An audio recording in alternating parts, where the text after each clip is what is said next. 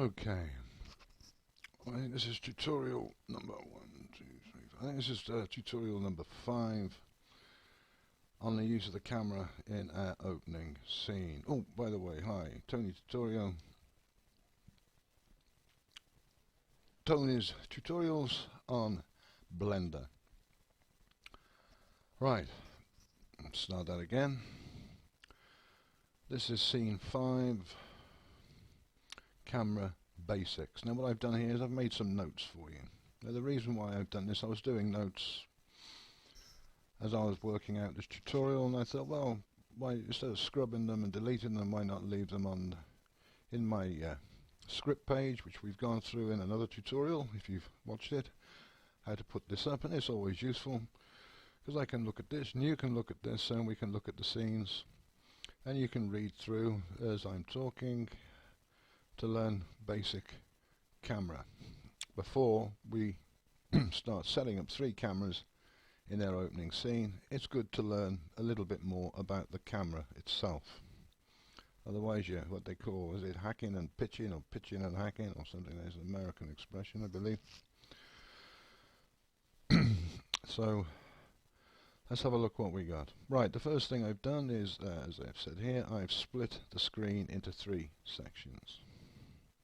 I got user perspective, so I can see everything without the camera. I can see the camera there.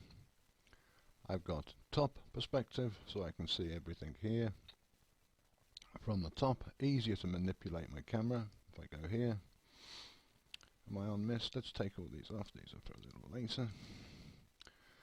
I can come to my gizmo. I can put my gizmo here, and I can manipulate my camera, and I can see. Manipulate the scene, so I don't want her in the scene yet. I just want the obelisk.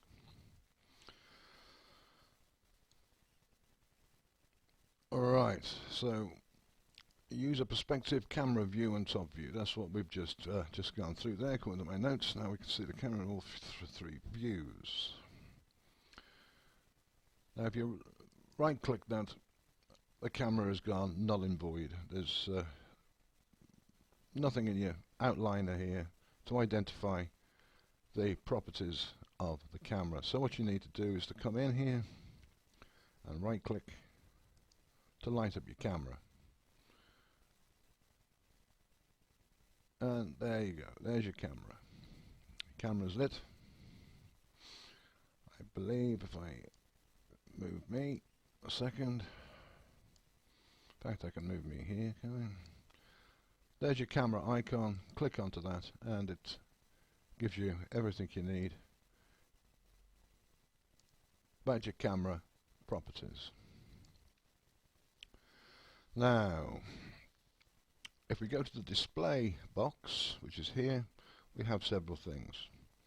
We have limits of the camera. We can see how far, well, we'll talk about limits a little later. Mist. Mist, you can see the mist coming from the camera here. Now, mist. Let's have a look at my notes. Limits of the camera. We can see how far the mist comes from the camera, which is focal length. We can see how far the mist comes. The sensor shows you where you have a safe area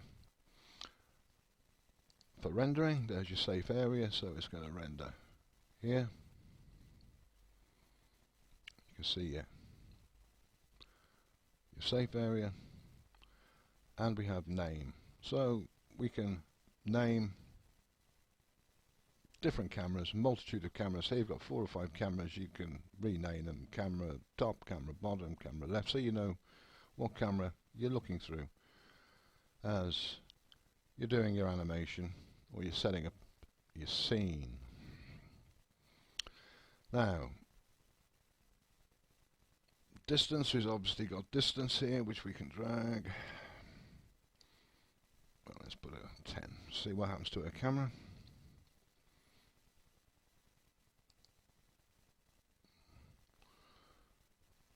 Size 32.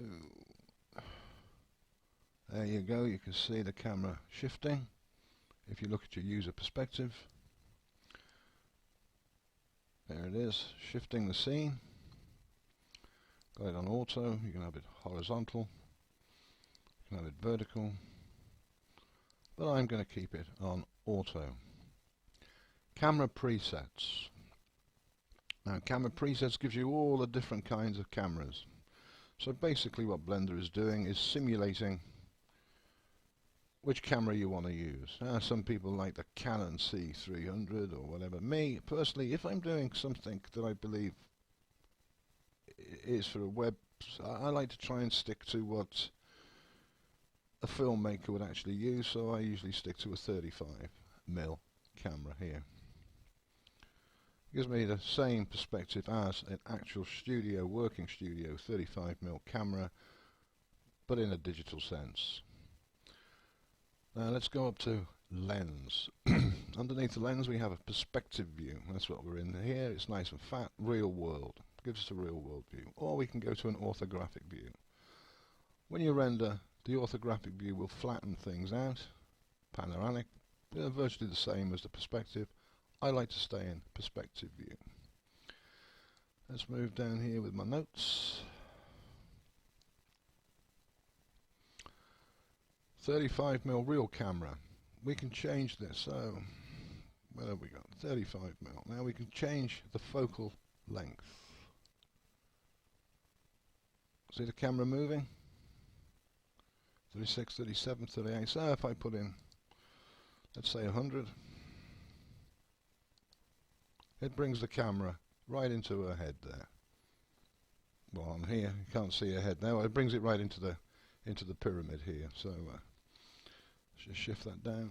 There you go. And there's my safe rendering view. And it's brought the camera in there. If I take the focal length out back to 35, which is its natural state, there you go. We brought the camera out. So that's just focal length, and it's in millimeters. Field of view. Degrees, that's the degrees of the angle. That's the lens angle in degrees. Well, we're going to state the millimeters, which gives us the focal length. Now, what else do we have in here? Shift box. Field of depth, let's have a look where we got that. There we are, shift. This allows you to tweak your scene. It's shifts. Yeah, so if I put that to 10, well, that's completely disappeared, so we don't want that, do we? We need to go back to 0. Yeah, we got there. So let's not be so ambitious and put shift at maybe 1. Oh, it shifted to her. So it shifts, and you could use a minus in here, I expect. -1, and puts the camera over there. So you have to be a little careful with this for obvious reasons, and that's on your x-axis.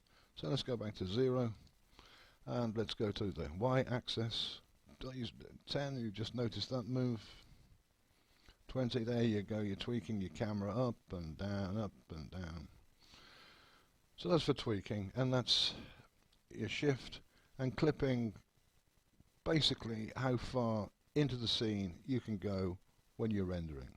You don't want to go too far out, otherwise you'll render nothing. So that's called clipping. So we're clipping here to this scene here for rendering. Okay, that's just a quick tutorial on the technical bits and pieces of the camera. I put my notes up for you so you can read through, and it's worth going through this. I know it's a bit laborious and you want to get on with that scene and you want to do the animation, but sometimes you have to understand the tools that you're working with. I was guilty of just rushing into doing stuff, and it took me twice as long because I had to go back and relearn everything.